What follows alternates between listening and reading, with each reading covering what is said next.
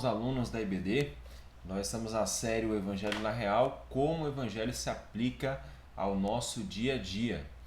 E hoje nós estamos na quinta aula da IBD, na quinta aula da nossa IBD, e o tema de hoje é A Justiça Foi Feita.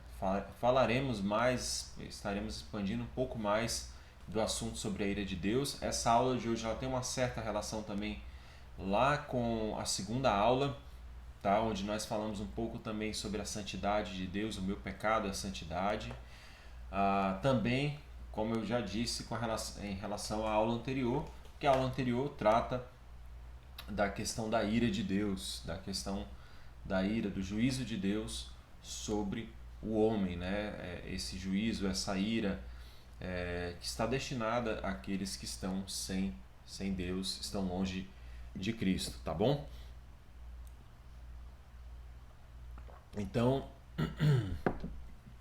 é isso que a gente vai caminhar hoje. Vamos falar mais sobre a justiça, essa justiça de Deus, a justiça que foi feita, tá certo? Em primeiro lugar, então, nós queremos apresentar a questão da justiça, comparando essa justiça e avaliando ela a partir de uma analogia com a justiça humana. Então, nós fizemos isso na outra aula também, falamos um pouquinho da justiça humana e tal, e vamos fazer uma certa comparação aí para avaliar como que essa justiça de Deus funciona. Vocês vão ver que tem um aspecto legal, que é interessante porque na criação foi refletido isso, né? Esse desejo de justiça, esse anseio de justiça, esses mecanismos de justiça, né, legais. Então, Paulo usa, o Novo Testamento usa bastante desses conceitos legais sobre a justiça ser feita, tá certo? Então vamos falar um pouco, fazer uma certa comparação e uma analogia com a justiça humana, tá? Vamos apresentar a impossibilidade da justiça de Deus ser prejudicada. Então, a justiça de Deus ela não é uma justiça que falha, tá? Você já deve ter ouvido aquela expressão: a justiça de Deus tarda, a justiça de Deus tarda, mas não falha, né? A justiça tarda, mas não falha. Então, nós vamos falar sobre essa questão de não falhar, de ser uma justiça que não se prejudica nunca. E entender o conceito dessa justiça satisfeita na morte substitutiva de Cristo. Então vamos entender esse conceito que é extremamente importante, a gente vai ver, para nossa vida cristã, para nossa caminhada cristã, com uma consciência em paz diante de Deus, limpa diante de Deus, para você ir caminhar e desfrutar desse relacionamento com o Pai, tá bom? Então vamos entrar nesses pontos aqui. Em primeiro lugar, vamos falar da questão da justiça. A questão da justiça. Como nós percebemos a questão da justiça? Como é que o ser humano concebe, percebe a justiça? Se você, eu acho que tem pelo menos duas óticas, né? Se você cometeu algum tipo de injustiça, de crime, você espera misericórdia. Você espera que você não seja penalizado, você quer a misericórdia. Ora porque você cometeu o erro, se arrependeu, viu que o erro era mal em si, ora simplesmente porque você não quer sofrer a pena. Mas se você é aquela pessoa que foi prejudicada pelo ato de injustiça, né? Pelo ato de injustiça, então você quer que a justiça seja feita. Então, pelo menos duas óticas em relação.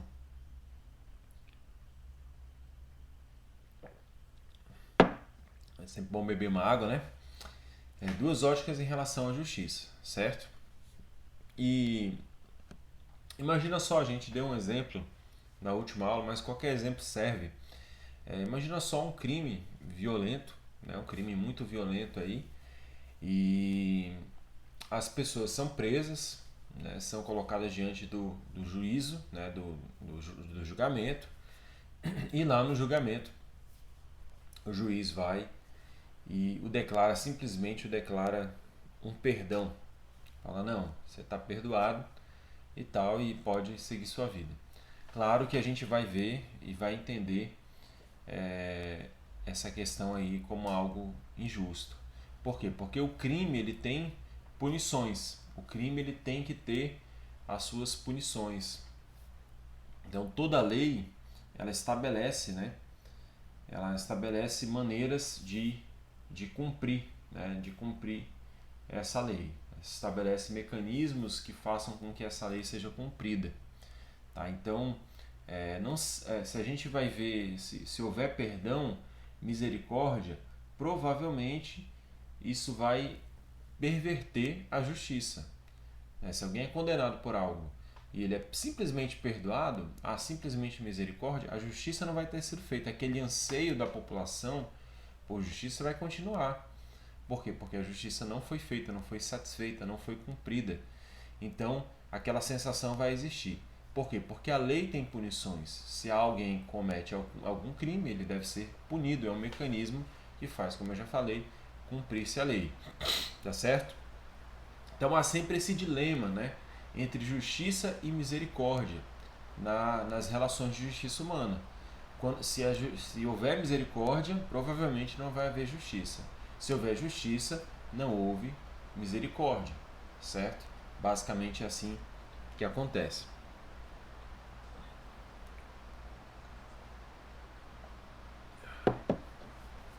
Ok? Então, mas a Bíblia mostra, meus irmãos, que independente de como que a gente vê a justiça humana, a Bíblia mostra que Deus ele é um justo juiz, certo? Ele é um justo juiz. Ele é um juiz santo, ele é um juiz justo. E lá em Hebreus 9:27, um texto muito conhecido para quem usa na evangelização, tem uma verdade interessante sobre ele. Diz assim: e como aos homens está ordenado morrerem uma vez, vindo depois o juízo. Então, depois da morte, depois do final da nossa vida, nós estaremos em juízo. Nós veremos, né, teremos o juízo. Tá?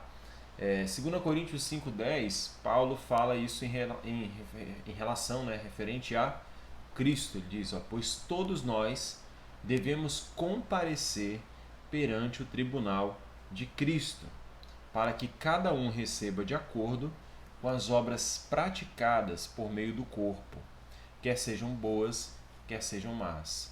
Então todos nós estaremos diante do tribunal de Cristo e prestaremos contas das nossas obras boas e obras más. Aí você que assistiu, acho que a aula 2, se eu não estiver enganado, pastor, eu sou muito pecador, o que eu vou apresentar para Deus?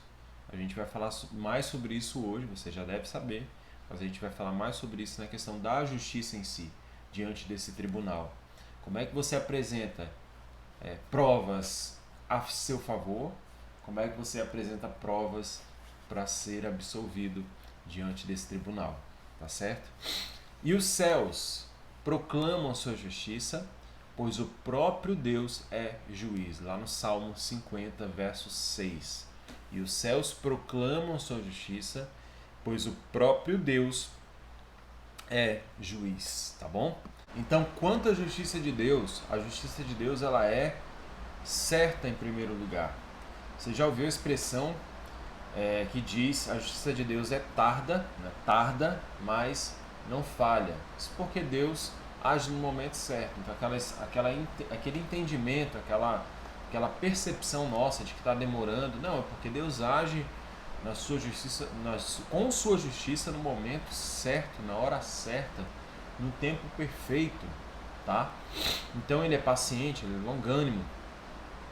Logo, precisamos entender que, biblicamente falando, a justiça de Deus ela é certa. E aqui um texto interessante, 2 Tessalonicenses 1, 6-10, Paulo está encorajando aquela igreja que sofria por perseguição, e ele diz o seguinte: é justo da parte de Deus retribuir com tribulação aos que lhes causam tribulação. Deus então traria tribulação sobre aqueles que faziam mal contra eles, e dar alívio a vocês que estão sendo atribulados, e a nós também. Isso acontecerá quando que essa ação de Deus de justiça vai acontecer? Isso acontecerá quando o Senhor Jesus for revelado lá do céu com seus anjos poderosos, em meio a chamas flamejantes. Ele punirá os que não conhecem a Deus e os que não obedecem ao Evangelho de nosso Senhor Jesus. Eles sofrerão a pena de destruição eterna, a separação da presença do Senhor e da majestade do seu poder. Isso acontecerá no dia em que ele vier para ser glorificado em seus santos e admirado em todos os que creram, inclusive vocês que creram em nosso testemunho. Tá? Então, lá em 2 Tessalonicenses 1, do 6 ao 10, tá certo? Então percebe que existe a justiça que irá acontecer e existe o tempo. Ele fala quando Jesus voltar. Há um tempo para essa justiça ser feita. Romanos 12, também 19, nos lembra que o Senhor vai dizer que a mim pertence a vingança. Né? A mim pertence essa vingança. É o Senhor que vinga, é o Senhor que estabelece justiça. Nós não podemos fazer a justiça com as próprias mãos, no sentido de que nós vamos trazer justiça, nós vamos resolver a nossa justiça. Nós vamos também resolver a questão da nossa justiça em relação a nós mesmos. Isso é interessante. O Senhor pertence à vingança. Ele faz a justiça de maneira perfeita. Ele é o justo juiz. Tá bom? E a justiça de Deus, ela é, em segundo lugar, inflexível. Por que inflexível? Porque essa justiça ela não flexiona, ela não é torcida, ela não pode ser moldada, mudada, dobrada. Isso é interessante. Ninguém pode subornar a Deus para perverter a justiça de Deus. Então, o fato é que Deus haverá de cumprir justiça, nós receberemos exatamente aquilo que nós temos que receber. Essa justiça ela não pode de maneira alguma ser torcida. Ela sempre prevalece, tá? E uma citação aqui. A justiça de Deus deve ser satisfeita.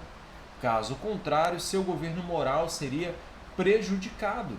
Se Deus não cumpre a sua justiça, se Deus, como justo juiz, não age em justiça, o seu governo moral ele é prejudicado.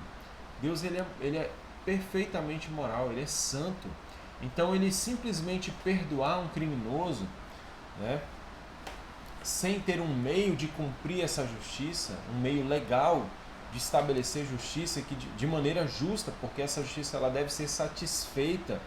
Não adianta, por exemplo, que nem no Brasil, né, não vou falar do nosso país, né, um país justo, né, mas é que nem no nosso país, vamos aqui abrir uma exceção, criminoso comete um crime, né, e passa pouco tempo. Depois de tantos anos ele progride a pena, ele sai e assim por diante, né? Então às vezes comete um crime cruel, crime hediondo e ao invés dele cumprir a pena, ele fica um certo período de tempo e depois é liberado, né? Vai para um semiaberto, enfim, a gente já sabe muito bem o que isso dá.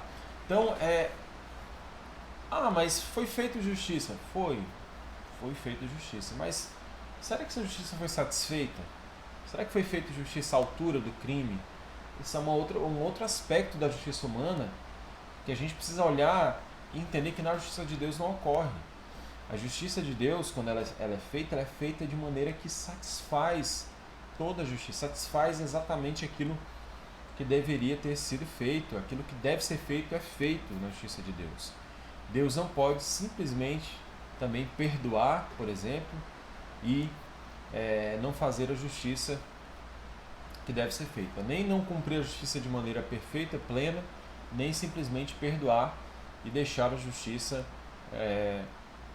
simplesmente a justiça por si só.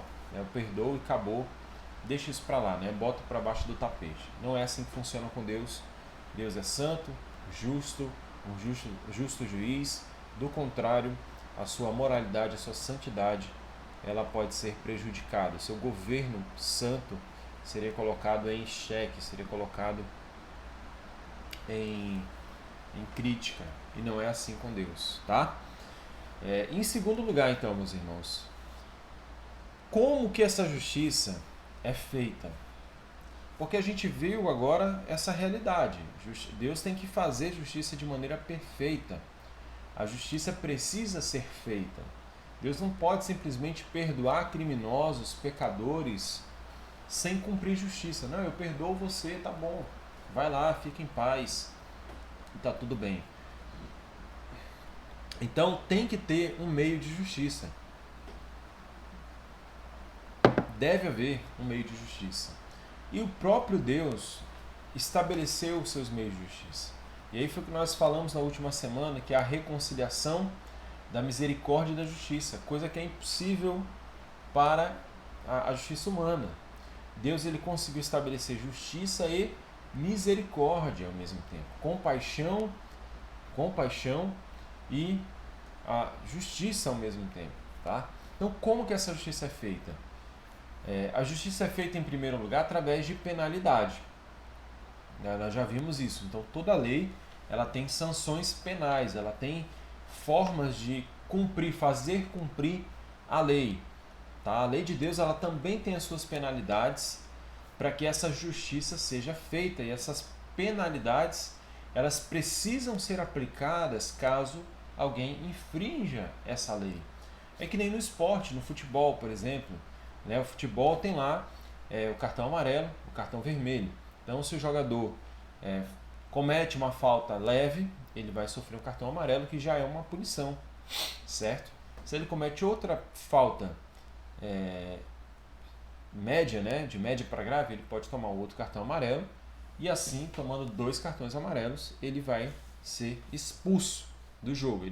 A penalidade para que haja justiça no ambiente do jogo, né, no ambiente do esporte, e para que a regra seja cumprida, há uma penalidade, que é a expulsão daquele jogador. Se for dentro da área, a falta é pênalti. Então, essas penalidades ajudam a regular, né, a manter a lei, a manter a justiça, a manter a ordem das situações. E já vimos, então, que se há penalidades, nós desobedecemos em Adão. Já vimos isso em aulas anteriores, você assiste. E que estamos sobre a ira de Deus. E a ira de Deus é o juízo de Deus, como já falamos anteriormente. Essa é a nossa condição quanto a separados de Cristo. Então, nós lá no texto de 1 Tessalonicenses, nós estamos na condição daqueles que perseguiam a igreja, naturalmente. Sem Cristo, separados de Cristo, estamos esperando a justiça ser cumprida contra nós. É verdade? Mas há uma pergunta: Deus então tornaria justo alguém culpado sem ele mesmo se tornar injusto? Como nós vimos, Deus não pode simplesmente sair perdoando as pessoas. Lá em Provérbios 17:15, há um texto interessante, diz assim: absolver o culpado e condenar o inocente são 2 coisas detestáveis para o Senhor. Então, se Deus absolve o culpado, ele é detestável para ele mesmo. O próprio Deus fala na sua palavra que isso é detestável. Então ele não faria o que juízes maus, o que juízes ruins, que são pervertidos pelo pecado e assim por diante. Ele não faria isso, ele não de maneira nenhuma agiria dessa maneira, porque isso é abominável para o Senhor. Tá certo? Então, como que isso acontece? E aí a gente viu, já aprendemos, entendemos que Jesus ele foi então nosso representante na cruz. Jesus ele foi, assim como Adão foi no jardim, ele foi na cruz. Tudo que Adão fez, nós já vimos, nós fizemos. E fizemos depois muito mais. Tudo que Cristo fez, agora por estarmos unidos a Ele, pela fé, nós fizemos também. Então há a realidade da cruz. A cruz, então, é um meio de Deus estabelecer justiça para satisfazer essa justiça, certo? E assim como Jesus obedeceu plenamente à lei de Deus, que foi a sua obediência ativa, nós já vimos na aula anterior, assim como Jesus obedeceu à lei, ele obedeceu de maneira perfeita, ele cumpriu a lei, ele foi o homem da lei, né, abaixo da lei, mas ele foi perfeito. Então ele obedeceu ativamente em nosso lugar, ele foi obediente como nós não conseguimos. Ele também sofreu a penalidade completa em nosso lugar. Isso aqui que é interessante. Ele sofreu, e aqui nós temos o aspecto de obediência passiva. Então ele sofre, ele foi obediente, perfeito, mas ele sofre a punição da nossa desobediência. Ele foi perfeito, nós não. Mas a punição que era para nós, Jesus sofreu. Ele recebe então essa punição, a penalidade que nós falamos agora há pouco, essas penalidades são lançadas sobre Jesus. Lançadas sobre Jesus. E tem alguns textos bem interessantes aqui para a gente avaliar.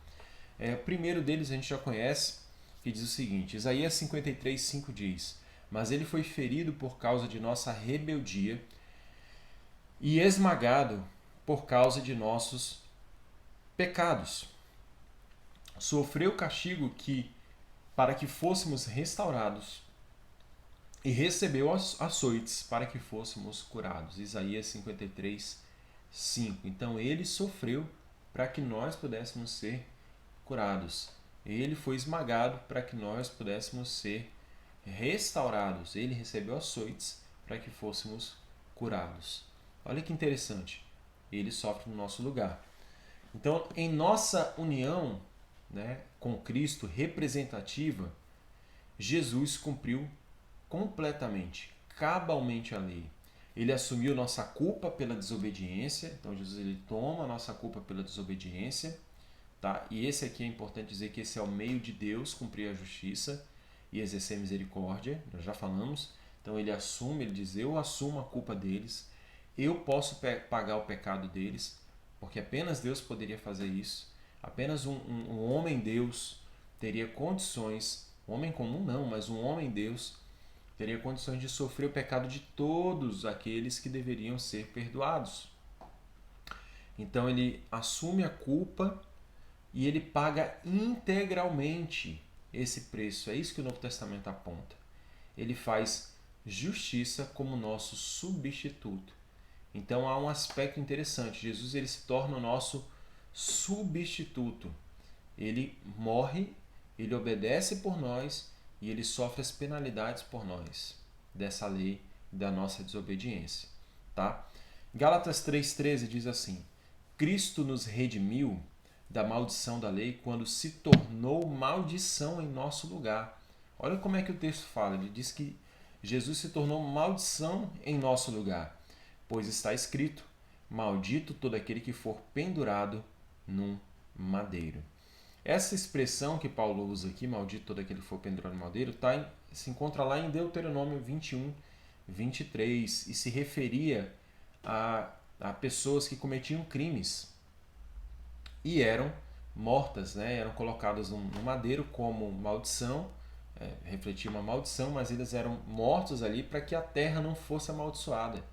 Então a justiça precisava ser feita sobre o criminoso, sobre o culpado, para que a terra não fosse amaldiçoada, para que o pecado não fosse espalhado pela terra, certo? Então isso é muito interessante, porque Jesus ele se tornou esse homem criminoso, ele se tornou maldição por nós que éramos criminosos. Olha aqui a linguagem legal, né? A linguagem jurídica. Jesus ele se faz criminoso, ele se faz réu em nosso lugar, maldição em nosso lugar, e ele nos redime dessa maldição, ele nos livra da maldição, dessa penalidade da lei, porque ele se coloca no nosso lugar, ele se coloca como nosso substituto, morrendo no nosso lugar. O que há então aqui é o que nós chamamos de uma dupla imputação. Ao mesmo tempo que Cristo morre por nós, a sua obediência, a sua justiça, ela é transferida para nós. Ela é transferida para nós. E a nossa injustiça, ela é transferida para Jesus. Jesus experimenta da nossa justiça. Então há uma dupla imputação. Sobre nós é colocado justiça, porque sobre ele foi colocada a nossa injustiça, mas ele paga, ele não fica com a injustiça para ele. Ele paga a penalidade da injustiça na cruz, morrendo, sofrendo a pena de morte, que era a pena máxima para pecadores. e ele morre por todos nós como nosso substituto. Depois da sua morte, o seu sacrifício é aceito e ele é ressuscitado como prova daquele que pode morrer por nós, que poderia sim cumprir essa penalidade por nós. Ele ressuscita, ele volta à vida e ele prova de que agora de que ele é Deus e de que ele é o Filho de Deus que estaria apto, o Messias que estaria apto a nos salvar por meio da sua morte. Então vê que a justiça ela foi cumprida de maneira cruel, a ira de Deus foi derramada, como falamos na última aula, completamente sobre o seu Filho Jesus, certo? E aqui, então, sobre imputação dupla, né, como eu falei, Paulo fala em 2 Coríntios 5:21, ele diz: pois Deus fez de Cristo, aquele que nunca pecou, a oferta por nosso pecado, para que por meio dele fôssemos declarados justos diante de Deus. Lá em 2 Coríntios 5:21. Deus fez Cristo, aquele que nunca pecou, oferta pelo nosso pecado. Lembra que no Antigo Testamento, nós vamos falar isso numa próxima aula, havia os sacrifícios, né? Todo aquele processo sacrificial, né, do povo de Israel, e havia também o bode expiatório, a gente vai falar sobre ele numa próxima, mais à frente, mas é bem interessante, né, que exatamente Cristo ele é o nosso bode expiatório. Ele sofre, né, ele cumpre o requisito da lei de Deus, da lei mosaica, da expressão da lei, que é a morte com sangue, certo? Foi a primeira consequência que Adão e Eva viram diante deles, né? A morte de um animal para que fosse feita peles, né? Para que eles se vestissem. Então a primeira grande consequência do pecado, Jesus sofreu de uma vez por todas, como Hebreus vai dizer, a consequência, não só como oferta, mas também como nosso sacerdote, ofertando a sua própria vida. Como Deus é justo, a justiça nunca pode falhar. Então, ou a justiça seria feita em Cristo, ou ela será feita ao fim de tudo com uma condenação eterna. Então nós temos a justiça de Deus, que ela é certa. Se você creu em Cristo, essa justiça foi feita em Cristo Jesus, você é justificado pela fé, você está unido a Cristo e você está justificado, você é declarado justo. Se você não está em Cristo, há uma outra realidade. A justiça ela é certa sim. Deus ele é justo. Ele há de cumprir, como diz na sua palavra, sua justiça. E por causa da sua ausência, separação de Cristo, separação de Deus, por você não estar justificado em Cristo, estar mergulhado em seus pecados, você há de sofrer também a condenação certa dos seus pecados. Se você está em Cristo, você não precisa mais ter medo da justiça de Deus. E se você creu e está unido a Cristo, a justiça então foi feita. Isso é o mais importante. A justiça foi feita, ela está plenamente satisfeita. Entenda isso. Foi feita a justiça. Tá? É igual quando alguém cumpre a sua pena, pagou a pena e agora as portas da cadeia se abrem, ele pode andar de maneira livre. Ele pode ir sem peso na consciência, porque ele cumpriu o seu crime. E essa é a mesma realidade para nós. A justiça foi feita, e é diferente da justiça dos homens, foi feita de maneira plena, de maneira perfeita. Ela foi satisfeita completamente. E é por causa dessa justiça que você pode andar. É por causa dessa justiça que você pode seguir. É por causa dessa justiça que você pode ter uma consciência tranquila de que ela foi satisfeita. Há um conceito interessante que Lutero apresenta, nos livros de história vão apresentar isso, e ele diz assim, ele tem uma expressão que ele diz, uma expressão em latim, a seguinte expressão, né? Simo justus et peccator. Simo justus et peccator. Então essa expressão, né, que significa simultaneamente justo e pecador, ela é uma realidade agora sobre nós. Diferente da realidade humana, que ou você era injusto ou você era justo, visto como justo, Lutero diz, não, em Cristo nós somos nós não somos nenhum nem outro. Nós somos os dois. Não só um, não só o outro, né? Na verdade, nós somos os dois. Nós somos justos, simultaneamente justos e pecadores. Por quê? Porque por Deus fomos declarados justos por causa da nossa união com Cristo, mas ao mesmo tempo somos pecadores, porque lidamos ainda com essa realidade da carne, né? Da natureza pecaminosa. Então, apesar de sermos pecadores e cometermos pecados, fomos declarados justos. Simul justus et peccator. Simultaneamente justo e pecador. Certo? Para a gente finalizar então algumas aplicações. Em primeiro lugar, queria dizer para você não temer mais a justiça retributiva de Deus. Deus, ele não há mais de retribuir. O dilema de Jó, né? Dos amigos de Jó, você está sofrendo porque Deus está punindo você. Isso não é mais uma realidade sobre aqueles que estão em Cristo Jesus, tá bom? Então, não tema mais essa justiça.